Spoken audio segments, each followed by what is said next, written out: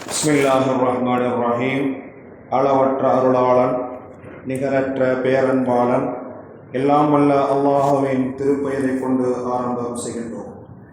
மேன்மை மிக்க அல்லாஹுவின் நல்லடியார்களே, சிந்திக்கும் ஆற்றல் என்பது கோடான கோடி படைப்புகளை தவிர்த்து இறைவன் மனித படைப்புக்கு மட்டும்தான் சிந்திக்கக்கூடிய ஆற்றலை கொடுத்திருக்கின்றான்.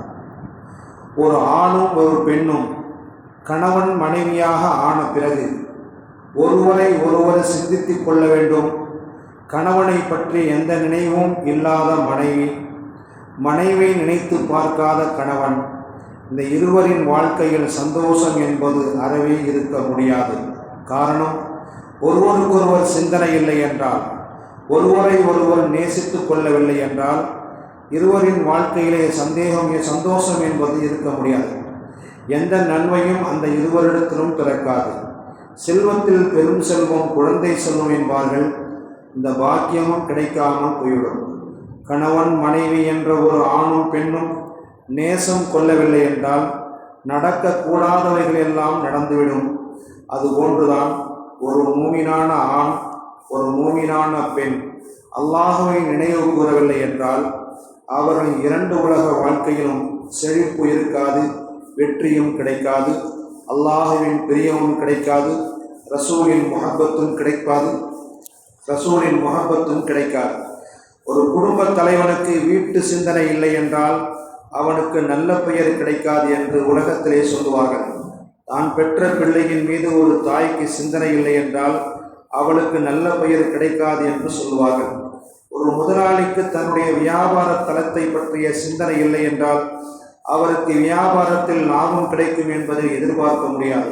அதுபோன்றுதான் அல்லாஹுடைய சிந்தனை ஒரு மனிதனுக்கு இல்லை என்றால் நிச்சயமாக அவருக்கு வெற்றி கிடைப்பது சுலபமான காரியமில்லை.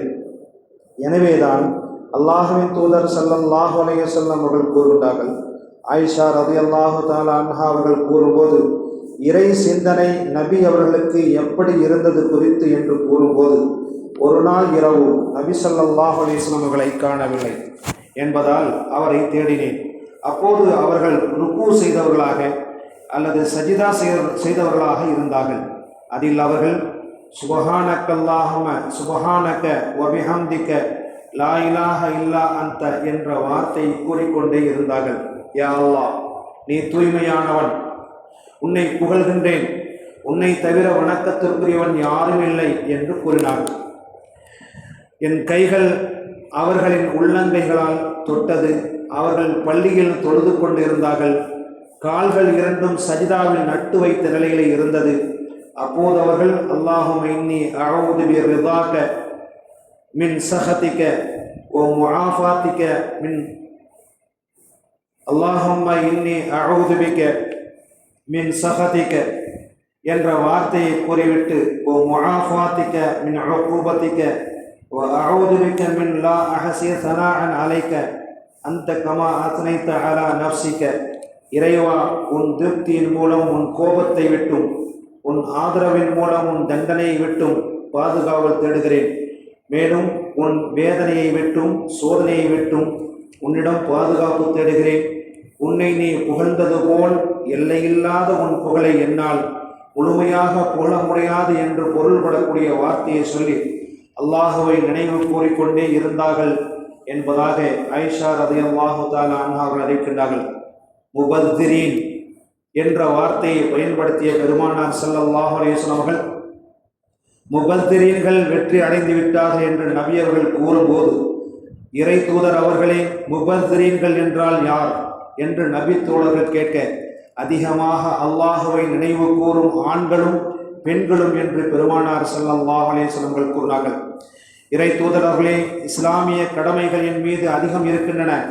ஆகவே தொடர்ந்து உறுதியாக பற்றி பிடித்து கொள்ளக்கூடிய ஒன்றை எனக்கு கற்றுத்தாருங்கள் என்று அப்துல்லாஹ் இப்னு புஸ்ர் என்ற நபி தோழர் கேட்க, அல்லாஹுவை நினைவு கூறுவதில், திக்ரு செய்வதில் உமது நாவு தொடர்ந்து திளைத்து கொண்டே இருக்கட்டும் என்பதாக பெருமானார் ஸல்லல்லாஹு அலைஹி வஸல்லம் கூறினார்கள். எனவே திக்ரு செய்யக்கூடிய மனிதருக்கும் திக்ரு செய்யாத மனிதருக்கும் உயிருள்ள மனிதருக்கும் இறந்துவிட்ட மையத்தை போன்ற உள்ள மனிதருக்கும் சமம் என்பதாக பெருமானார் ஸல்லல்லாஹு அலைஹி வஸல்லம் அவர்கள் கூறினார்கள், எனவே சிந்தனை இல்லாத கணவன் மனைவிக்கு எப்படி நன்மை பிறக்காதோ அதுபோன்று அல்லாஹுடைய சிந்தனையும் ரசூலுடைய சிந்தனை இல்லாத மனிதர்களுக்கு, மூமின்களுக்கு மறு உலகத்திலும் சரி இந்த உலகத்திலும் சரி வெற்றி கிடைக்காது என்ற கருத்தை மேற்கூறிய ஹதீஸ் நமக்கு தெளிவுபடுத்துகின்றன. சுப்ஹானல்லாஹி வபிஹம்திஹி சுப்ஹானக்கல்லாஹும்ம வபிஹம்திக அஷ்ஹது அன் லா இலாஹா இல்லா அன்த அஸ்தக்ஃபிருக வ அத்தூபு இலைக். சுப்ஹான ரப்பிக ரப்பில் இஸ்ஸத்தி அம்மா யசிஃபூன் வ ஸலாமுன் அலல் முர்ஸலீன் வல்ஹம்துலில்லாஹி ரப்பில் ஆலமீன்.